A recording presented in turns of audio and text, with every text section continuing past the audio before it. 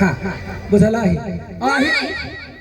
गाय दो दे ना गाय आगे तोरा कथी बुझायो धिया पुता छी मारबा कान का जड़ में धोचिया ही कान सुन को दे धाकर भ गेले धाकर अखन त बियाह करा देबो सोझे 3.5 गो धिया पुता होतो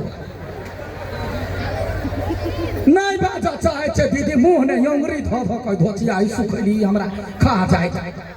जो दोसर दिन हे जो निकल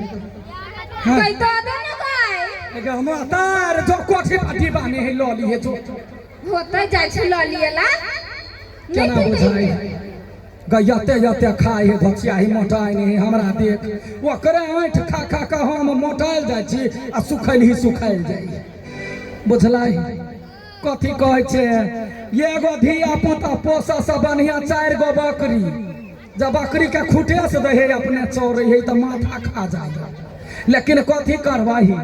एक गो बात कह के मन के रखे छी जे बाल बच्चा त मतारे बाप पना दुल रहता है अखने बियाह करा देवे घर के टेंशन होते अपने बुझ जाते आगे दीदी हमार बेटी केहन लगला निमन लगल ना हाँ हे कत निमन लड़का भेटतो तो फोन करी अपना बेटी के बियाह दान करी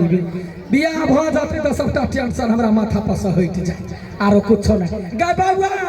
गाय तरकारियो है गाय